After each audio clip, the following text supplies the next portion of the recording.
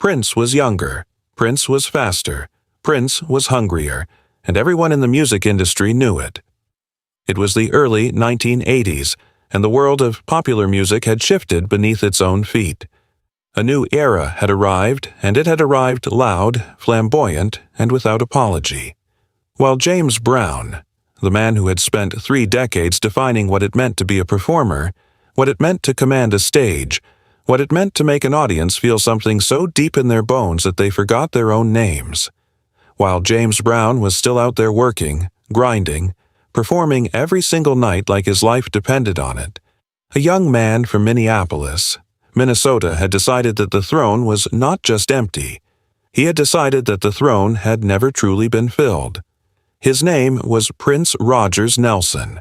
He was born on June 7, 1958, in Minneapolis. By the time he was 20 years old, he had already signed a record deal that gave him almost unheard-of creative control for a debut artist. By the time he was 22, he had written, produced, arranged, and performed every single instrument on his albums himself. By the time he was 25, he was being compared to no one currently alive. The comparisons being made were to Jimi Hendrix, to Sly Stone, to Little Richard, and then, inevitably, to James Brown. But Prince did not want to be compared to James Brown. Prince wanted to replace James Brown. The music press caught wind of it first. In interviews throughout 1982 and 1983, Prince would speak with the calm certainty of a man who already knew how the story ended. He talked about funk not as something inherited, but as something he was reinventing in real time. He talked about performance not as craft, but as warfare. And when journalists asked him directly about James Brown, Prince would pause for just a moment, that calculated, theatrical pause he had perfected in front of cameras, and then he would say something that left no room for misinterpretation. He was not building on James Brown. He was building past him. The old ways, he implied, were exactly that. Old. Word travels fast in the music industry. It travels even faster when someone says it into a microphone. James Brown heard it. Of course he heard it. The Godfather of Soul, the man who had survived poverty and prison and the collapse of entire musical genres, the man who had reinvented himself more times than most artists had released albums, and the man whose rhythm had literally changed the way human beings moved their bodies, that man was not going to miss a 24-year-old from Minneapolis declaring that his time was over. But here is what people do not understand about James Brown, what they have never fully understood. James Brown did not get angry the way ordinary men got angry. He did not shout into microphones. He did not give interviews where he fired back with words. James Brown had one language, one medium, one weapon, and that weapon was the stage. He called his band. Let us go back further, though. Let us go back to where James Brown began, because you cannot understand what happened between these two men without first understanding what James Brown had already survived to get there. James Joseph Brown was born on May 3, 1933, in Barnwell, South Carolina. But he was born into poverty so severe that the word poverty feels inadequate. His family had nothing. His mother left when he was very young. His father, unable to care for him, sent him to live with his aunt in Augusta, Georgia. His aunt ran a boarding house. James Brown, as a small child, would shine shoes outside the radio station, watching people come and go, listening through the walls to music that seemed to come from another world entirely. He was arrested at 16 for stealing clothes from parked cars. He was sentenced to 6 years in a juvenile detention program in Toccoa, Georgia. He was released early for good behavior, and it was in that institution, in that place of confinement and shame and enforced discipline, that James Brown first began to understand what rhythm could do to a human being. He began to sing. He began to dance. He began to understand that performance was not entertainment. Performance was survival. When he came out, he formed a group with Bobby Bird. They called themselves the Famous Flames. They played Georgia. They played the Carolinas. They played anywhere that would have them. They were turned away from recording studios. They were told their music was too raw, too aggressive, too much. James Brown kept pushing. He paid for his own recording sessions when no one would fund them. He drove the band in his own car to radio stations and handed out records by hand. He built his audience one sweaty, exhausted, converted fan at a time. He recorded Please, Please, Please in 1956. It sold over 1 million copies without a major label behind it. It was the beginning of something the music industry had never seen and did not yet have a name for. By the 1960s, James Brown had developed a live show that was unlike anything that had ever existed. He did not simply perform. He conducted an experience. He choreographed movements that required the same discipline as military drill. His musicians were fined for playing a wrong note, fined in cash taken directly from their pay.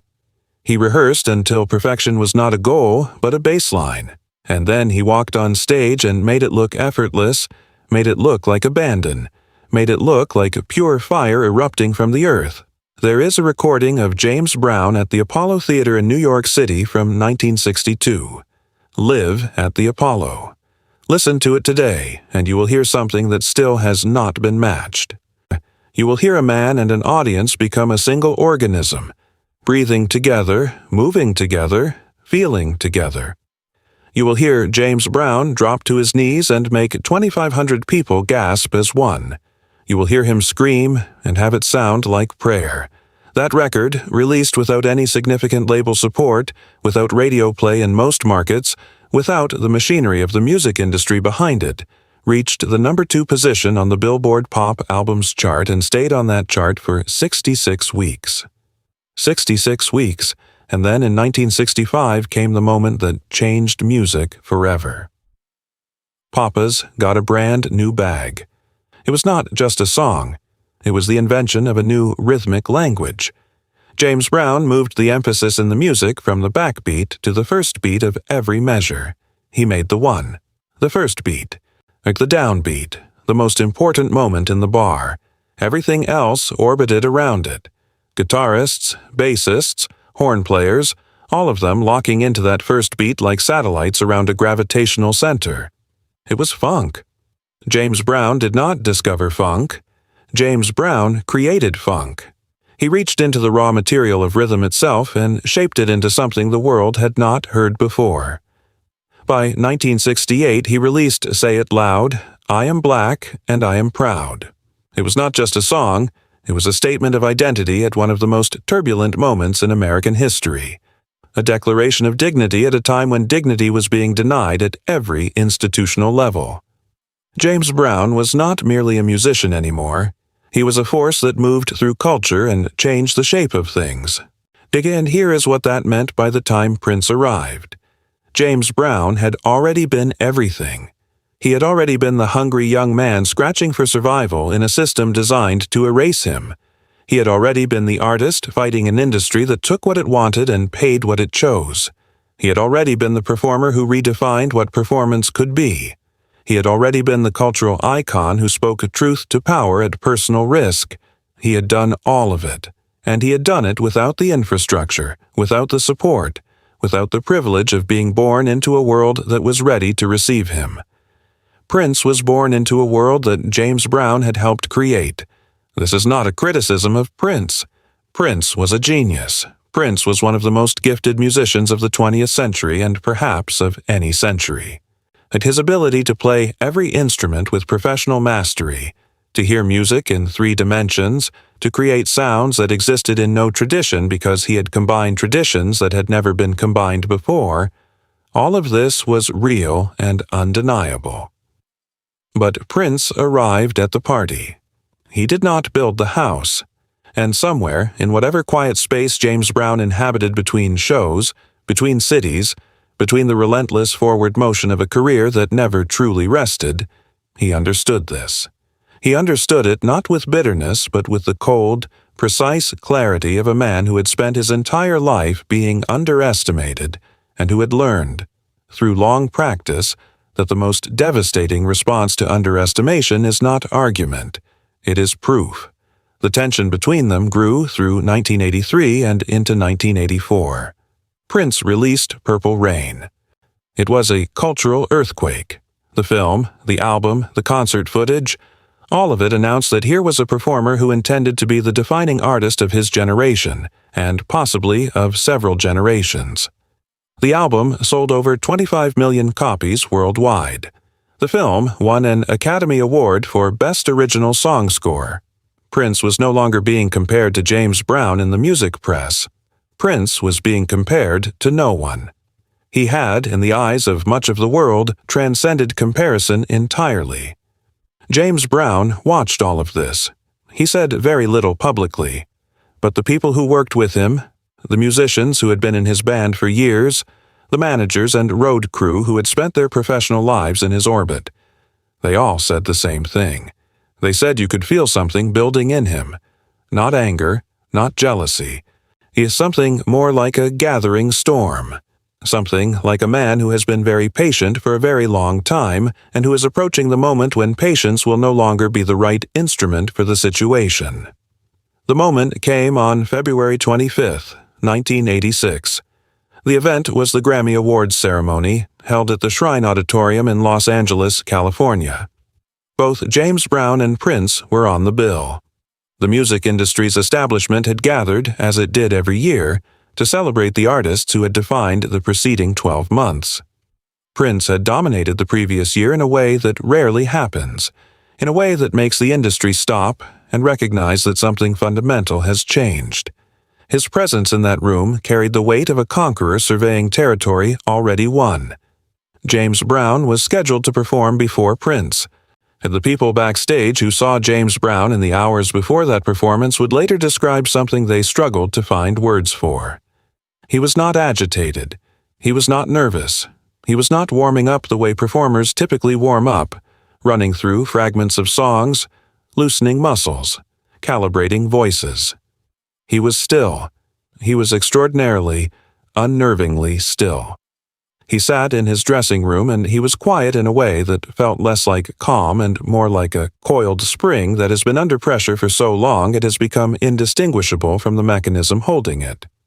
His bandleader asked him what he wanted to open with. James Brown looked at him for a long moment without speaking, and then he said, "We are going to remind them." "Remind them of what?" the bandleader asked. James Brown stood up. He straightened his jacket. He looked at himself in the mirror for a moment that everyone in the room felt as a kind of weight. And then he said, "Remind them of everything." When James Brown walked out onto that stage, the audience rose. Not all at once, not immediately, but the wave began at the back of the room and moved forward like a tide that knows it will reach the shore. These were industry insiders. These were people who had spent their careers developing a sophisticated, carefully maintained professional coolness, a detachment from the spectacle of performance that they wore like a suit.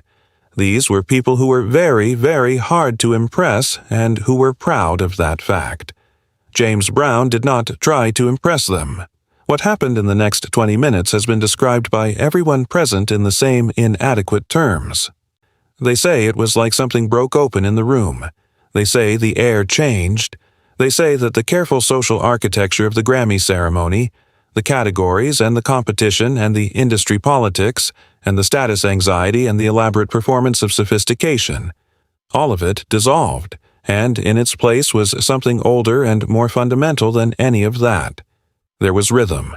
There was a human body in complete command of that rhythm. There was a voice that had spent 50 years learning to find and then destroy the distance between one soul and another. James Brown moved across that stage the way water moves when you pour it, finding every available surface, filling every empty space, never resting, never stopping, never for one single instant losing the thread of the beat. He dropped to his knees and came back up without pause. He spun, and the cape hit the air, and the crowd lost its composure entirely.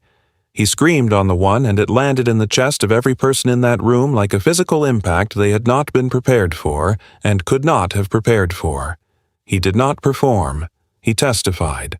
By the time the set was over, the Shrine Auditorium was not a venue hosting an industry awards ceremony. It was a revival. People were on their feet.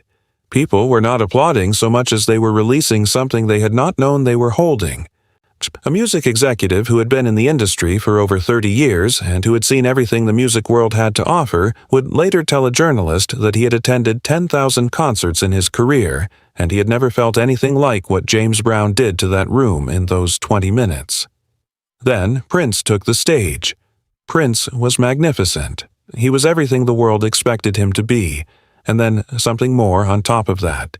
He was electric and inventive and undeniable. He played guitar in a way that made other guitar players put their instruments down and wonder what they had been doing with their hands. He sang with a range and a control that seemed to rewrite what a human voice was capable of. As he moved with the kind of grace that looks effortless but is the product of years of practice so intense it approaches obsession. And the audience appreciated it. They applauded. They cheered. They recognized what they were seeing, and what they were seeing was extraordinary. But something in the room had already shifted at a structural level, and no amount of technical brilliance was going to put it back. The air in that room remembered what James Brown had just done to it. The bodies in those seats remembered what James Brown had just done to them. You cannot unring a bell. You cannot unfeel what a man has made you feel when he has reached all the way through your defenses and touched something real. A Prince performed after a man who had just reminded 2,500 music industry professionals that there was a difference between brilliant and necessary. The difference was not about talent. The difference was not about skill or innovation or originality. The difference was about depth, about distance traveled, about what a person has burned through to arrive at the moment when they open their mouth and make a sound that crosses the room and enters another human being. James Brown had burned through everything. He had burned through poverty and abandonment and incarceration and racism and the collapse of every era that had ever contained him. He had burned through all of it and come out on the other side of all of it holding something pure, something irreducible, something that 24-year-old Prince, he, for all his breathtaking gifts, had not yet had to find, because finding it requires losing things first. And Prince had not yet lost enough. A journalist who was present that night wrote a review that was published the following week in a major American music publication. She wrote that watching James Brown perform before Prince was like watching a mountain explain itself to a hill. She wrote that the hill was beautiful, that the hill had remarkable geological features, that the hill was, in its own right, an extraordinary piece of terrain. But she wrote that when you have just seen a mountain, the word extraordinary needs to be recalibrated before you can use it again. Prince read that review. His publicist confirmed later that he read it. What Prince said in response has been recounted in several different versions by several different people who were present in those conversations, and the accounts do not agree on the specific words used, but they all agree on the substance. They agree that Prince, for a period of time after that night, became quieter when the subject of James Brown came up, that the declarations, the public implications that the throne was empty, that an era was concluding, that a new order had arrived to displace the old, that those declarations became less frequent and then stopped entirely, because Prince understood something after that night that he had not fully understood before. He understood that you cannot displace a man who built the ground you are standing on. You cannot replace a foundation. You can build something remarkable on top of it. You can build something that reaches higher into the sky than the foundation itself ever reached.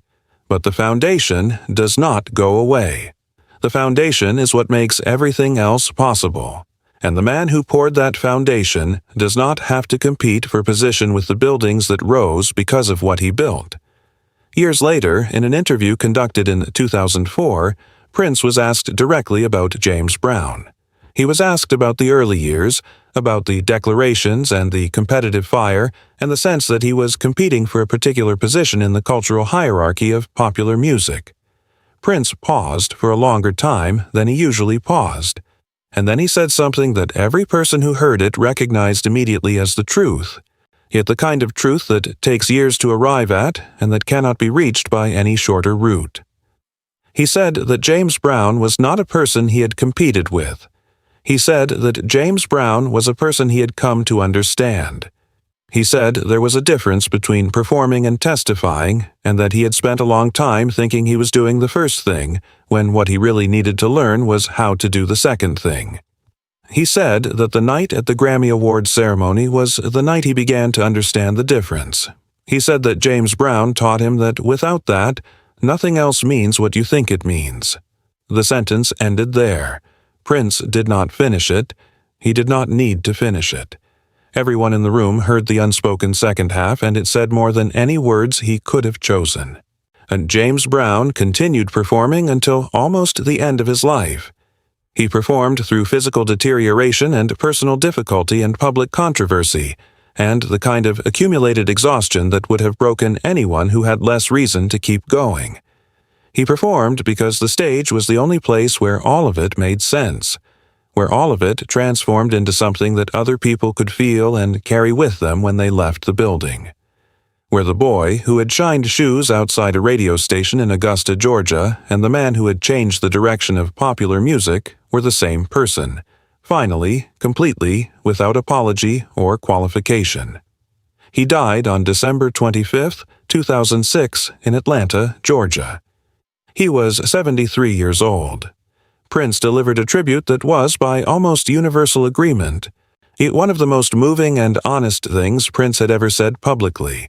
He talked about what James Brown had given to music, to performance, to the very concept of what it means to stand in front of other human beings and be fully, completely, irreducibly yourself. He talked about debt. He talked about the kind of debt that cannot be repaid, that can only be acknowledged, and that shapes you even when you are not aware of being shaped. The throne was never empty. It never was going to be empty. Not because James Brown was unwilling to leave it, but because James Brown was not sitting on a throne in the first place. He had built a foundation. He had built it out of nothing, out of the hardest available materials, out of 50 years of work and survival and refusal and the insistence on being alive in every single moment he was given. That is not a throne anyone can take. That is not a position that can be challenged by youth or speed or hunger or talent or any combination of those things. That is the ground itself. And on the night of February 25, 1986, in Los Angeles, California, in the Shrine Auditorium, in front of the assembled authorities of the music industry, James Brown looked out at a room that had been told the story was changing, that the king was being replaced, that the new era had arrived and the old era was concluding. And he walked to the microphone and he played the one. The first beat, the downbeat, the beat that he had invented and given to the world without asking for anything in return except that the world feel it. And the room felt it, and the room remembered. There was only one man left standing that night. There had only ever been one man. And he had just taken 20 minutes to remind everyone of something they should never have needed to be reminded of.